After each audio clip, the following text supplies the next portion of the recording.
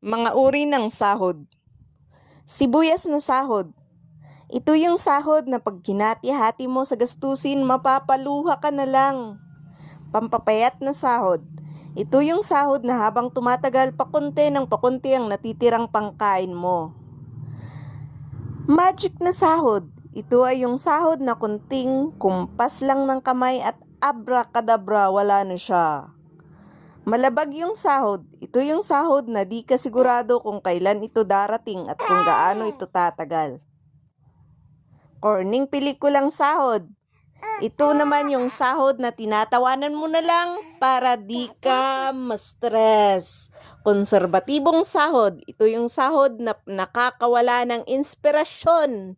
Baog na sahod. Ito naman yung sahod na kahit na anong trabaho mo, anong gawin mo, wala pa rin kalalabasan.